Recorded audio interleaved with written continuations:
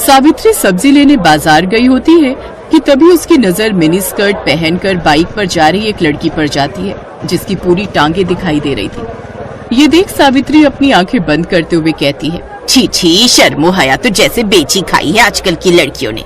कैसे कैसे कपड़े पहनकर घूमती हैं। अरे इतने छोटे कपड़े तो हमारे जमाने में 5 साल की बच्चियां भी नहीं पहनती थी, जितनी अब 25 साल की पहनती हैं। बुड़बुड़ाते हुए सावित्री घर आती है, जहाँ वो टीवी पर सूर्य ग्रहण की खबर देखती है। क्या आज सूर्य ग्रहण है? ठीक है, तो जब तक ग्रहण है कोई भी खाना नहीं खाएगा। और तू बड़ी बहू, तू खाने में तुलसी के पत्ते डाल दे। सर पर घूंघट ओढ़े रेखा मुंडी हिलाती है। कुछ देर बाद सूर्य ग्रहण लग जाता है। तभी रेखा का पति ऑफिस से थका हारा घर आता है और फ्रिज में से ब्रेड जैम लगाकर खाने लगता है। ये देख सावित्री गुस्से में चिल्लाते हुए कहती है, हे राम, कर दिया ना अपशगुन। भला ग्रहण में कौन खाना खाता है? क्या माँ, अब भूख लग रही है तो कुछ खाओ भी ना क्या? ठीक है तो कह रहा है वो। अब ये सब पुराने विचारों को त्याग भी दो सावित्री। आप तो चुप ही रहिए। और तू बड़ी बहू, यहाँ खड़ी खड़ी मेरी शक्ल क्या देख रही है? तू इसे रोक नहीं सकती थी? माँ जी वो मैं। अब क्या बकरी की तरह मैं कर रही है? अपना पल्लू ठीक करिए, सर से खिसकना नहीं चाहिए। बहुएं जितनी मर्यादा में रहें उतनी ही अच्छी लगती हैं। अरे हम भी थे, जितना मर्जी काम करते थे, लेकिन मजाल है कि कभी घूंघट सर से सरका हो। 3-3 मटके पानी के कुएं से उठा कर लाना, भैंसों का, खेतों का सब काम देखना। कितना काम होता था हमारे जमाने में। लेकिन एक आजकल की बहुओं को तो आटा गूंथने से लेकर बर्तन धोने तक हर काम के लिए बस एक मशीन चाहिए। और छोटे छोटे कपड़े पहनकर इनसे किट्टी पार्टी करवा लो बस। लेकिन मेरे घर में ये सब नहीं चलेगा।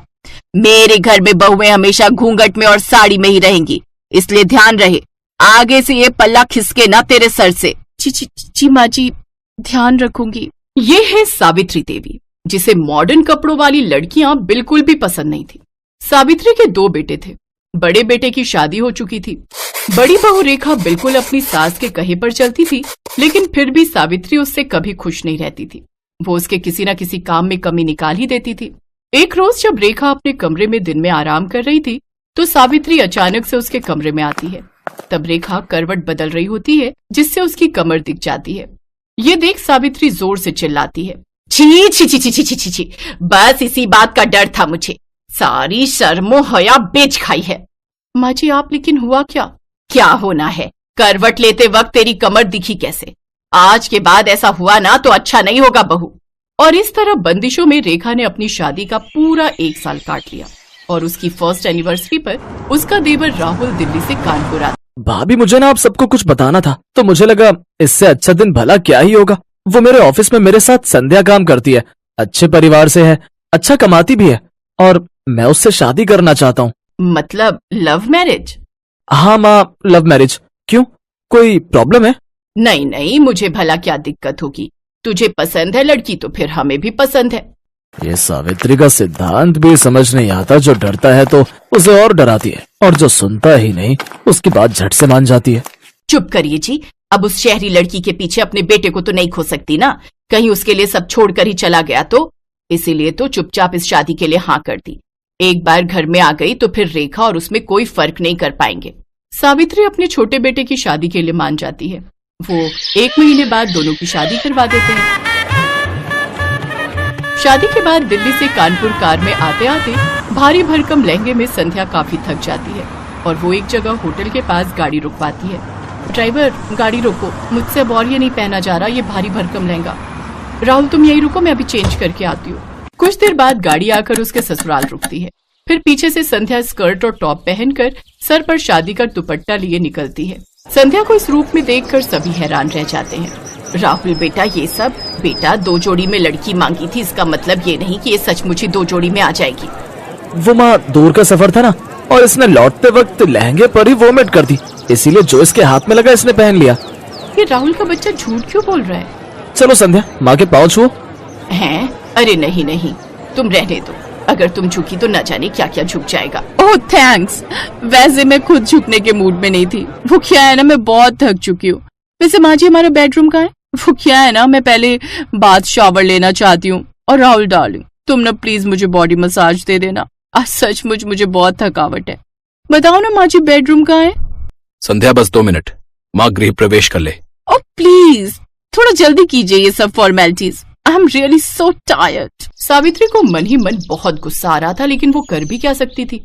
उसने चुपचाप उनका गृह प्रवेश करवाया और बहू बनकर संध्या अपने ससुराल आ जाती है।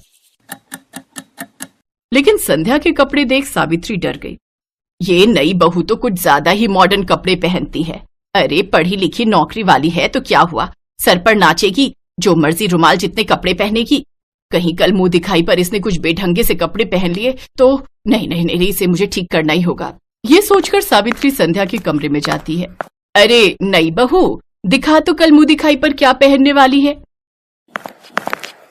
ये वाली साड़ी कैसी है माँ जी? अच्छी है, लेकिन काला रंग, शादी के बाद ये सब रंग ना कुछ अच्छे नहीं लगते। और वैसे भी ये सिर्फ ब्लैक नहीं है, देखो इसके बॉर्डर पर रेड कलर भी है। जो भी हो, लेकिन तू ऐसी साड़ी नहीं पहनेगी। चल अब मुझे अपनी साड़ियां दिखा, मैं बताती हूँ तुझे कौन सी पहननी है। संध्या सावित्री को अपनी सभी साड़ियां दिखाती है, जिसमें से गुलाबी रंग की साड़ी देख सावित्री कहती है, हाँ ये वाली, ये अच्छी रहेगी, इसे ही पहन तू। जी माँ जी। शादी के तुरंत बाद सास का ऐसा बदलता रवैया देख संध्या हैरान थी। सावित्री ने संध्या की साड़ी तो देख ली, लेकिन वो ये नहीं जानती थी कि उसका ब्लाउज कितना हॉट बना है। शाम को मुंह दिखाई पर संध्या वो गुलाबी साड़ी हॉट ब्लाउज के साथ पहनती है। ये देख सावित्री उसकी साड़ी अच्छे से बांधती है। अरे बहू, ये सर पर पल्ला कर ले, सब मेहमान आएंगे ना तो उनके सामने यूं सर ढके घूमना अच्छा नहीं लगता। संध्या साड़ी पहनकर सर पर घूंघट रखकर बाहर आती है। ये देख मोहल्ले की औरतें बात करती हैं।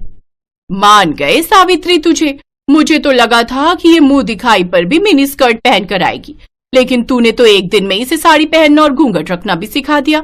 अरे मेरा नाम सावित्री है, सावित्री। अच्छा संध्या बहू, चल अब इन सबके पांव छूकर आशीर्वाद लो। सावित्री सबके पांव छूकर आशीर्वाद लेती है, लेकिन संध्या ये नहीं जानती थी कि उसकी सास किस खेत की मूली है। एक बार जो उसने साड़ी पहन ली तो फिर वेस्टर्न कपड़ों का नंबर तो कभी आने वाला है ही नहीं। अगले दिन उन सबको मंदिर जाना था, इसलिए रात को ही संध्या अपनी सास से जाकर पूछती है कि कल उसे क्या पहनना चाहिए। तुझे क्या पहनना है क्या नहीं ये सब तो बात की बात है, लेकिन तू इस नाइट ड्रेस में बाहर कैसे आ गई? हमारे घर में ये सब नहीं चलता। लेकिन राहुल ने तो मुझसे कहा था कि मैं जो मर्जी पहन सकती हूँ। अरे उसे क्या पता इन सब के बारे में, रहा भी है वो इस घर में, बचपन से तो पहले पढ़ाई के लिए हॉस्टल में और फिर नौकरी के चक्कर में बाहर। तू उसकी बीवी है पर बहू मेरी है और इस घर में मेरी ही चलती है। संध्या उदास हो जाती है और वो अपने कमरे में चली जाती है। उसे उदास देख उसकी जेठानी भी उसके पीछे पीछे उसके कमरे में चली जाती है। उदास मत हो संध्या, इस घर का नाम ऐसे ही सावित्री निवास नहीं पड़ा है, यहाँ बस माँ जी की ही चलती है। उनसे पूछे बिना तो मैं खाना तक नहीं बना सकती, तो कपड़े तो दूर की बात है। अब कपड़े चेंज करके साड़ी पहन लो और किचन में आ जाओ। मुझे नहीं लगता अब वो तुम्हें कभी भी वेस्टर्न ड्रेसेस पहनने देंगी। ऐसे कैसे नहीं पहन सकती? अब तो बस हफ्ता भर में ये साड़ी पहनूंगी, उसके बाद बिल्कुल नहीं। एक हफ्ते बाद राहुल संध्या के साथ हनीमून ट्रिप प्लान करता है। सच में संध्या बहुत मजा आएगा, कश्मीर सच में बहुत खूबसूरत है।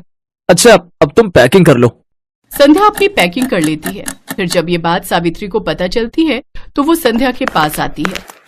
अच्छा, कश्मीर जाने की तैयारी हो रही है, दिखा तो तूने क्या क्या रखा है वहां पहनने के लिए। वो क्या है ना, ध्यान रखना पड़ता है, कहीं तूने छोटे छोटे कपड़े रख लिए और तुझे सर्दी लग गई तो। वो तो मैं समझ ही गई थी कि बिना मेरे कपड़े चेक किए आप मुझे जाने कहाँ देंगी। संध्या हनीमून के लिए चली जाती है, लेकिन वो वहां जाकर कुछ वेस्टर्न कपड़े खरीद लेती है और अपनी ढेर सारी फोटोज लेती है। लेकिन एक रोज उसकी सास वो फोटोज देख लेती है और वो संध्या पर खूब गुस्सा होती है। लेकिन तभी वहां सावित्री की सास रत्ना आ जाती है, जो काफी बूढ़ी होती है, लेकिन उन्होंने भी टी शर्ट और पैजामा पहना होता है, साथ ही चश्मा भी लगाया होता है। बताओ भला क्या बुराई है इन कपड़ों में? मुझे देखो, मैं क्या इन कपड़ों में बुरी लग रही हूँ क्या? अरे जब मैं गांव में रहकर ऐसे कपड़े पहन सकती हूँ तो फिर मेरे पोते की बहू क्यों नहीं? और तू जानती है आज क्या हुआ? जब मैं रेलवे स्टेशन से लौट रही थी तो साड़ी पहने एक लड़की बाइक पर बैठी थी, उसकी साड़ी बाइक में फंस गई और वो नीचे गिर गई, जिससे उसे थोड़ी चोट आ गई। और वो कोई और नहीं, हमारी बड़ी बहू रेखा है। अभी अस्पताल में भर्ती करवा कर आई हूँ उसे। जमाने के साथ अपनी सोच बदल सावित्री। ये सब बातें सुन सावित्री को अपनी गलती का एहसास होता है और अब वो कभी भी अपनी बहुओं को उनकी मर्जी के कपड़े पहनने से नहीं रोकती।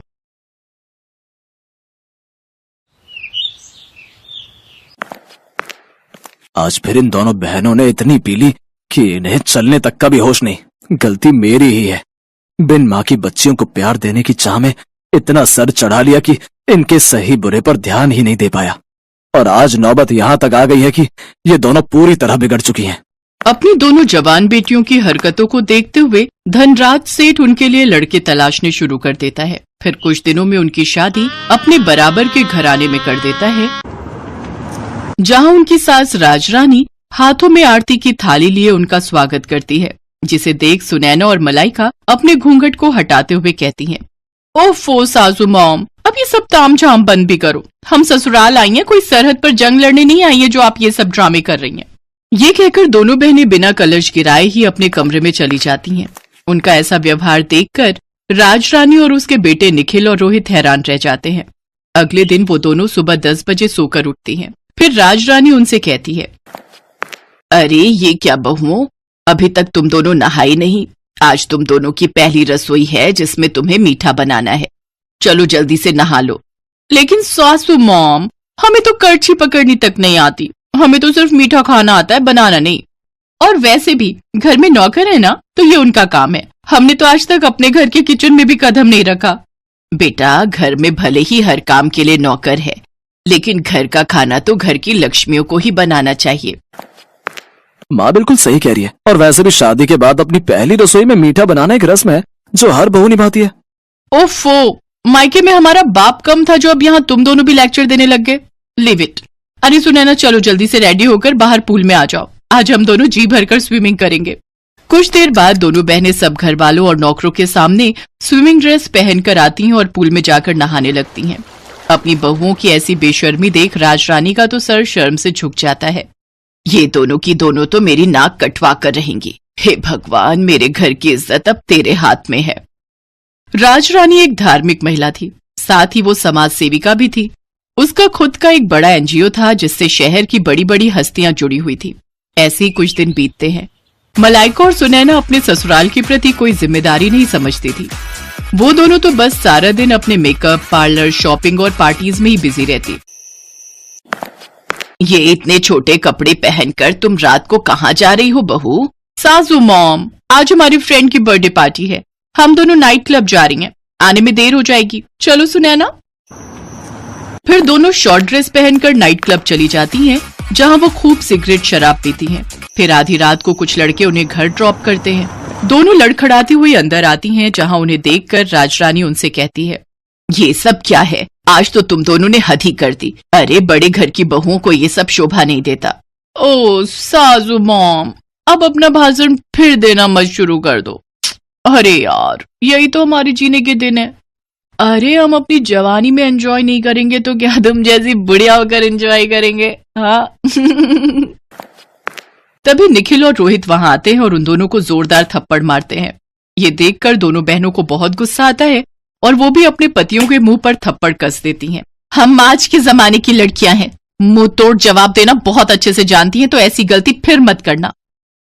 फिर दोनों अपने कमरों में लड़खड़ाते हुए चली जाती हैं। ऐसे ही समय बीता। फिर एक रोज सुनैना और मलाइका अपने घर में लेटी थी तो उनके फोन पर एक मैसेज आता है जिसमें शहर के बाहर एक फार्म हाउस में रेव पार्टी का इनविटेशन होता है। Oh wow, rave party! Malaika, I am so excited यार। मैंने आज तक बस रेव पार्टीज के बारे में सुना था, लेकिन अब तो हम उसे एंजॉय भी करेंगे। ऑफ कोर्स, अगर लाइफ में हर चीज का मजा नहीं लिया तो क्या किया? We will definitely go there. दोनों बहनें खुश हो जाती हैं और शाम को तैयार होकर अपनी कार लेकर वहां पहुंच जाती हैं। पुलिस से छुपकर उस फार्म हाउस पर हो रही पार्टी में शराब, सिगरेट, ड्रग्स से लेकर सुख की हर चीज शामिल होती है। वो दोनों उस दिन ड्रग्स का सेवन भी करती हैं, जिससे उनका सर पूरी तरह घूम जाता है और वो एक अलग ही दुनिया में होती है। तभी एक लड़का जो कि नशे में होता है मलाइका को गलत तरीके से छूने की कोशिश करता है। तभी कुछ पल के लिए लाइट चली जाती है और जब लाइट आती है तो वो लड़का जो मलाइका को छेड़ रहा था वो मरा हुआ जमीन पर पड़ा होता है। कुछ ही देर में उस पार्टी में पुलिस छापा मारती है और सबको अरेस्ट कर लेती है। अगले दिन राजरानी अपने बेटों के साथ जेल पहुंचती है। सासू मॉम, निखिल, हमने सचमुच किसी का मर्डर नहीं किया, हमें बचा लो सासू मॉम, प्लीज हेल्प अस। हाँ रोहित, हमारा ट्रस्ट करो, हमें फंसाया जा रहा है। हमसे बहुत बड़ी गलती हो गई जो हम उस पार्टी में गए। आज के बाद हम कोई पार्टी नहीं करेंगे और ये सब काम सच में छोड़ देंगे। तुम दोनों को अपनी गलती का एहसास हो गया, यही काफी है। आकाश, यहाँ आ जाओ। और इंस्पेक्टर साहब, आप छोड़ दो इन्हें। जी मैडम। ये लड़का तो जिंदा है। हाँ, ये सब हमारे प्लान था, तुम दोनों की अक्ल ठिकाने लगाने के लिए। दरअसल ये सारा प्लान राजरानी और उसके बेटों का था, जो उन्होंने अपनी बहुओं को सबक सिखाने के लिए किया था। उन्होंने ही अपनी पहुंच का इस्तेमाल करते हुए इस पार्टी का आयोजन किया और ये सब ड्रामा रचा। लेकिन इससे मलाइका और सुनैना को अच्छा सबक मिला और वो दोनों अब बेशर्म से संस्कारी बहुएं बन गईं, जो अपने परिवार के साथ अच्छे से अपनी गृहस्थी चलाने लगी।